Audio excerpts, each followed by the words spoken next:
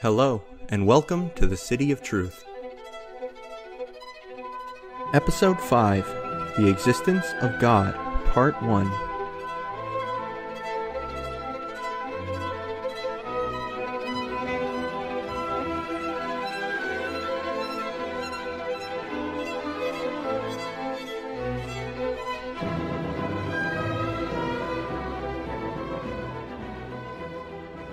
Let's get down to basics here.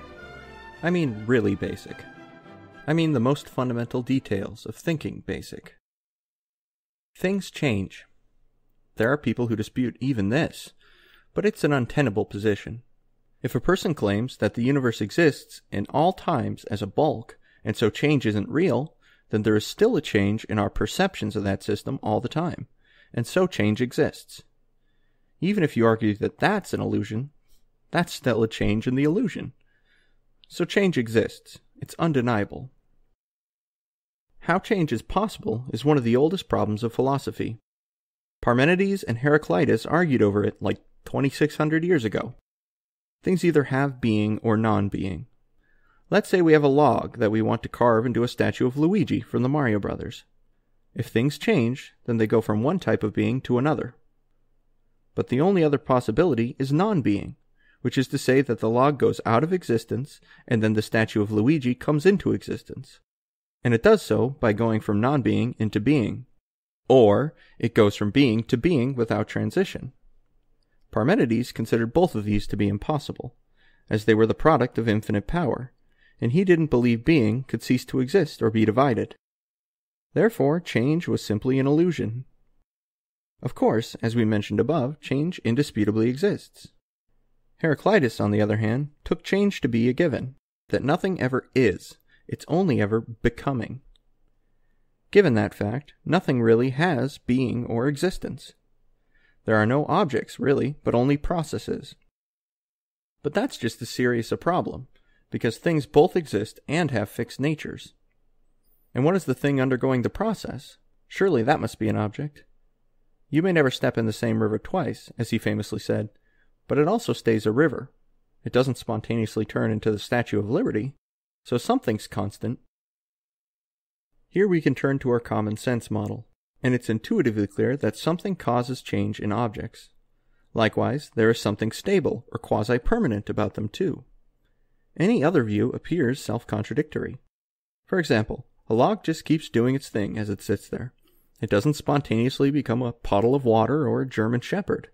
But I can still act on it. I really can carve it into a statue of Luigi, though it wouldn't be a very good one. How do we explain this? Aristotle provided a sufficient explanation, one that deeply influences our thinking to this day. Besides what a thing is and what it is not, there is a third thing in there called potential. We talk about potential all the time. Potential energy, personal potential, the potential future. My log is actually a log of wood, but it's potentially a statue of Luigi. And it has that potential in a real way. It's potentially a statue, but it's not potentially a particle accelerator. Or at least you gotta dig deep down below the log level to start to consider any of that. But insofar as it's a log, it's not potentially a spaceship. Now this might sound silly. It's so fundamental a concept that even talking about it seems strange. How is it possible that people didn't know this? That's the thought I have. But it's easy for us to take for granted what we've always known. I mean, heck, at one point there was a guy who invented chairs. Before that, had never crossed anyone's mind. When they built the pyramids, nobody in Egypt had a wheel. And a wheelchair? Forget about it. That's some sci-fi stuff. So even pretty basic things took us a lot of work to get to. Now, objects that change don't change from potential to actual on their own. My log isn't gonna Luigi itself. I have to get in there with a chisel and a dream. And an agent can only impart what it already has. For example, a rock rolling down a hill can knock my log over. It has this kinetic energy, this motion, which it can then impart to the log. And the log, for its part, has the potential to move, even when it's not actually moving. The potential comes from the nature of the object, that set of properties we discussed in prior episodes, which includes the material of which it is composed. The material of wood, by its very nature, can become a wood statue. It can also become a wood hammer, or pretty much any wood thing you want. It also has the potential to be lit on fire and become ash.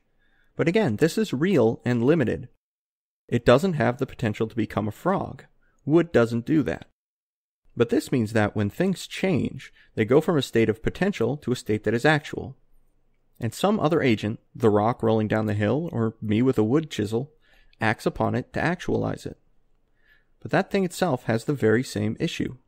It is actualized only insofar as something with that actualizing power acts on it. And same with the next thing, and the next thing. This regress can't continue to infinity. Now, the obvious question to that is, well, why the heck can it? Time is what really screws up our thinking here, because we ordinarily think of this stuff as taking place in a temporal series, one after another. But it doesn't have to. Let's take my log. Now, instead of a rock rolling down a hill and whacking it, let's say a broom is pushing the log. What's pushing the broom? Well, that's taped to a stick, which is pushing it. But what's pushing the stick? At this point, it seems pretty clear. I eventually have to get to something that can push this whole sequence. A stick doesn't have the ability to push anything by itself. So let's say I offered you this explanation. That's taped to another stick, and that to another, in an infinite chain. Does that explain to you how the log is being pushed? Obviously not. Sticks can't push things on their own. I don't care how many you have. Somewhere in that chain, there's something that can push logs. And notice here that we aren't concerned about time at all. This is all happening at the same time. We are only concerned with the log being pushed at this very moment. Allow me to bombard you with examples. Here's a more famous one. You see a canvas being painted by a brush head. What's holding the brush head? A handle, I say. How is the handle moving? The handle is infinitely long, I say. So does that explain the painting? Again, it's obvious that it doesn't. The reason is simple. An object can only impart that which it has. A paintbrush has no more power to act on its own than does a brush head, or the paint, or the log from before. Another example. Imagine I have a sheet of paper. On it is a recipe for delicious homemade granola bars. You ask me where I got it from, and I say it's a photocopy. You ask me where I copied it from, and I say, oh, it's all photocopies, backward into eternity. Even if you grant that I somehow have a piece of paper from an infinite chain of photocopies, that still didn't explain the content of that photocopy. That infinite chain of photocopies doesn't tell you the source of the recipe. Let's think of actuality, or things being actualized, as some sort of metaphorical content to an idea. An infinite chain back in time doesn't give you an explanation of the content. This is all firmly tied to scientific thinking. We use this sort of reasoning all the time in science. We require a sufficient explanation for a theory to be entertained. Think of the orbit of the moon. It's going around in circles, approximately. You ask, what causes the moon to orbit? And I answer, it has orbited forever. It's a silly answer. There is something, some force, acting upon it, that needs to be understood to have any sort of explanation. Time doesn't need to factor into it. It's about cause. Or let's take a perpetual motion machine. I plug it into a 9-volt battery, and it outputs enough energy to power a city. Is the 9-volt a sufficient explanation for how that works? No, it's not, because the machine can't impart what it does not have. There's something fishy going on, some other energy source that's being drawn upon. Perpetual motion machines don't exist. The machine can only output what it has as inputs, and not more. Have I hammered the point home enough yet? Good. Just like actual and potential, it's something we all get intuitively. But it's very, very important. An object cannot impart what it does not have. There's perhaps a natural modern objection to this basic idea, despite how very fundamental it is. What about the world of quantum weirdness? Don't we get something from nothing there? Don't things just appear due to random fluctuations? Well, things can appear from random fluctuations, this is true. But the quantum world in no way violates what we've been talking about. The vacuum isn't nothing. Quantum field theory proposes that the vacuum is full of non-zero energy fields. Sometimes the energy in that field comes together in just such a way that a particular sort of wave, or rather a particle, pops in. For a metaphor, think of the ocean. It's not ever perfectly calm. There's energy in there, resulting in waves that slosh around. Sometimes those bang together in such a way that water sprays up into the air. But we wouldn't say the ocean violates this concept, or that water just spontaneously jumps into the air by itself at times. Far from it. It's just that energy, bouncing about in random fluctuations, occasionally comes together in a way that produces a noticeable effect. The energy didn't come from nothing at all. This is exactly the kind of thing Lawrence Krauss is talking about when he says that the universe can come from nothing. It's an easy thing to claim if you just say, and by nothing, I mean not nothing, but rather a fluctuating sea of energy fields. That ain't nothing, Krauss. That's something. By understanding this idea, that an object can't impart what it does not have, then you eventually have to follow the actualizing back to something purely actual. In the same way that someone has to be pushing the stick, no matter how many there are, and someone has to be holding the paintbrush, no matter how long it is, there has to be something purely actual that is causing things to be actualized right now. Why does it have to be purely actual? Because if it were partly actual and partly potential, it'd be just like our log or a painting. It's moving from potential to actual, and so it needs an explanation for itself. You just go one step back. So based on the fact that things change, and that an object cannot impart what it does not have, there must be a purely actual being that is responsible for actualizing all things that change. If our assumptions are correct, then a being exists that is purely actual, a being that has no potential at all, but has within itself the very essence of act. Every change ultimately depends on this being for that change. I understand that seems weird. It may seem unintuitive. It may seem like we made a mistake somewhere. But this argument has been around for something like 2,300 years, and the logic of it is correct. So if you accept the premises, you do have to accept the conclusion. A person who wishes to argue against it must deny the assumptions of the argument. But keep in mind, those assumptions are the things that say we can't have perpetual motion machines, or that logs don't spontaneously turn into frogs. They aren't some wacky set of far-out beliefs. They are things so intuitive that even trying to explain them to someone almost appears condescending. They are universal requirements for scientific thinking, and they inevitably lead us to a purely actual being. Now, we haven't indicated or demonstrated in any way that this is some sort of God yet, mind you, but that is what will be argued. And notice that the assumptions here are not in the form of everything has a cause. That was never claimed. The rebuttal that's proposed by Dawkins and the like is to assume that this sort of argument includes that assumption, and just say, well, what explains God then, if everything has a cause? But the argument never says that everything has a cause. In fact, none of the traditional arguments for the existence of God ever say that. The closest I'm aware of is the form found in something like the Kalam cosmological argument, which says everything that begins to exist has a cause. But that's very different from everything has a cause. If something didn't begin to exist, under that assumption, it need not have a cause. This argument also doesn't have to do with time or the past. It's about right now. If you argue the universe or some multiverse is eternal, it actually doesn't affect the argument at all. It still holds just as true. In fact, given what it's based on, and that it is a metaphysical argument and not about some observation of galactic clusters or particles or any such thing, there isn't even the possibility that some future scientific observation will overturn it, because it's not based on observational data. It's based on the fundamental beliefs that make science possible in the first place. I also want to note that this isn't mere child's play. This isn't fantastical wish fulfillment. This is a process of logical consideration leading us toward a rational conclusion. There are many atheists who have hand-waved theistic arguments away as so laughable as to not merit consideration. To be fair, there are many who don't as well. But this, and others like it, is a serious and thoughtful argument.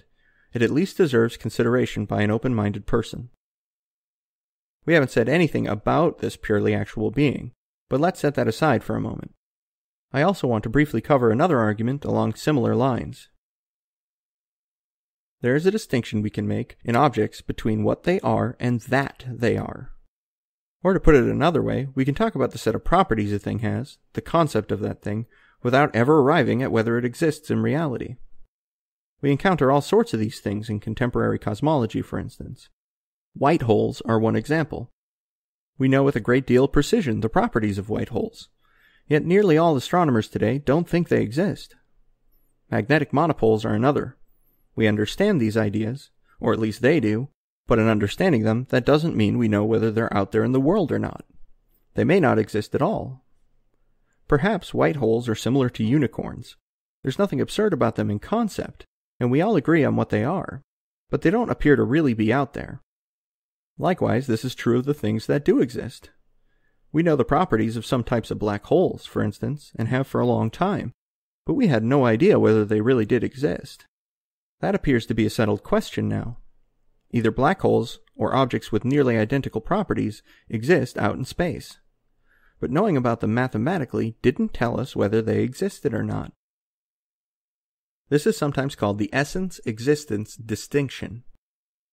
The objects that we encounter in the world don't have existence as a fundamental property of themselves.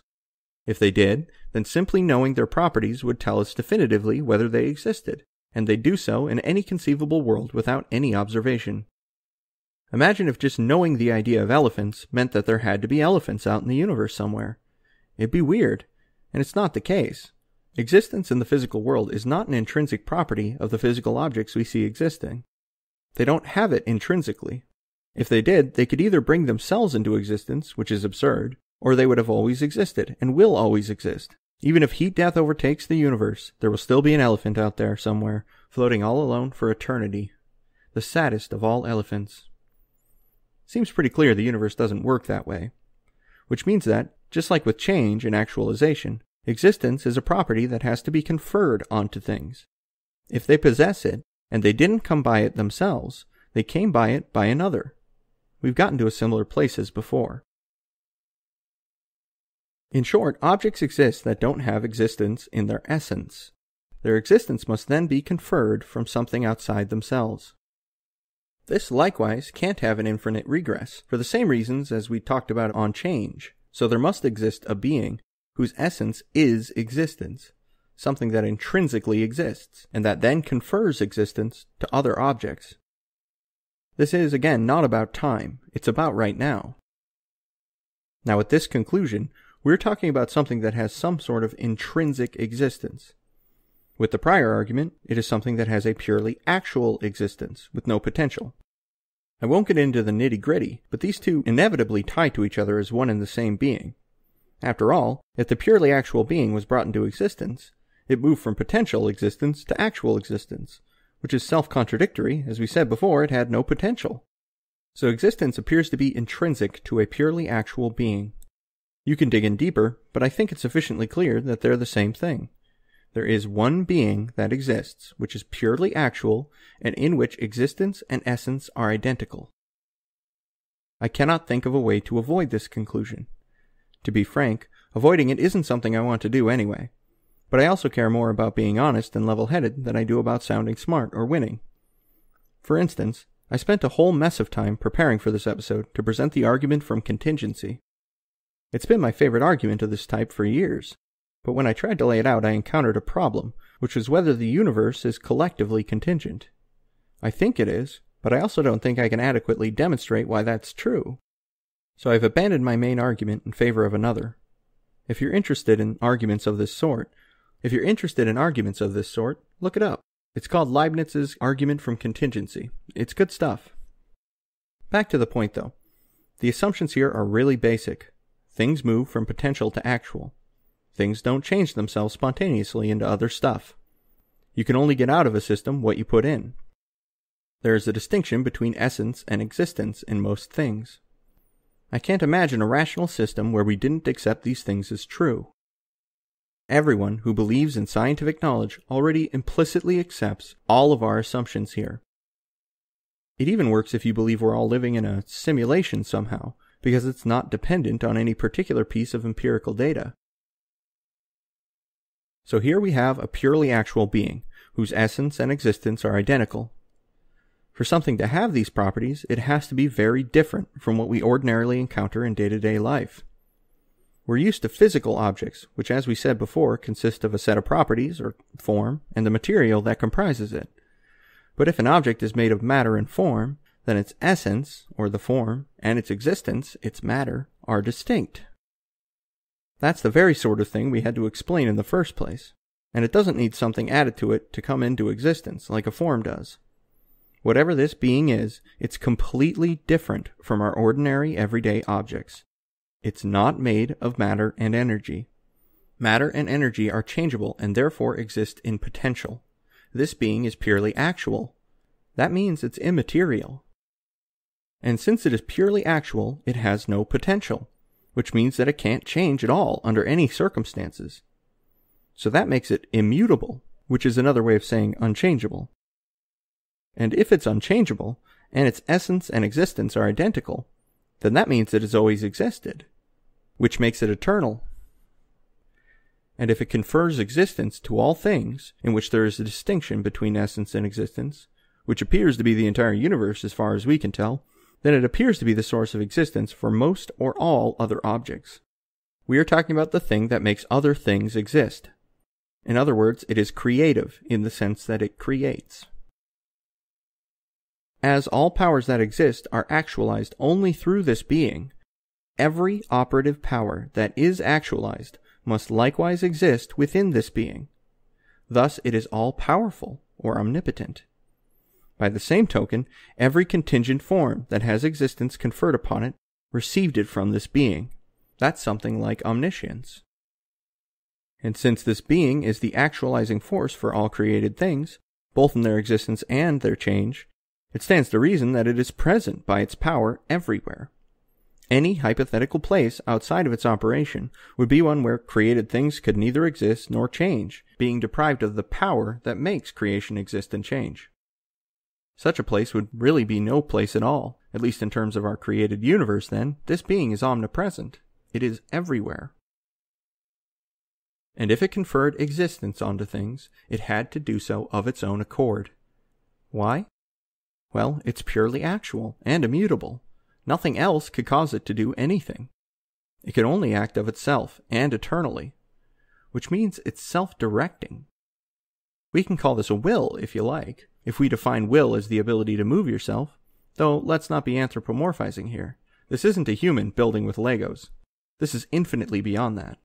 The point is that it wasn't made to act by other things. It acted of its own accord. If this being acted to confer actuality and existence to the universe, then this came from within itself. Either way, as a simple consequence of the necessary properties of this being, we now have an immaterial, unchangeable, purely actual, eternal, all-present, all-powerful, all-knowing, self-moving being that created the universe. We aren't specifying any particular belief system right here, but in at least the most general sense, this is what people would call God. In other words, when we take the reasonable assumptions of scientific thinking to their logical conclusion, we inevitably end up with God. That, I think, is pretty incredible. This sort of argument is the reason why many Enlightenment thinkers were deists instead of atheists, for instance. They didn't believe God intervened in history, but they truly couldn't see a way to even entertain a rational universe conceptually without a God. And they were right. You can't. Not if you consider it at the most fundamental level. Quote, if denial or doubt of the principle of causality leads to doubt or denial of the principle of contradiction, then the 5 classic proofs, truly understood, of God's existence cannot be rejected without finding absurdity at the root of all reality.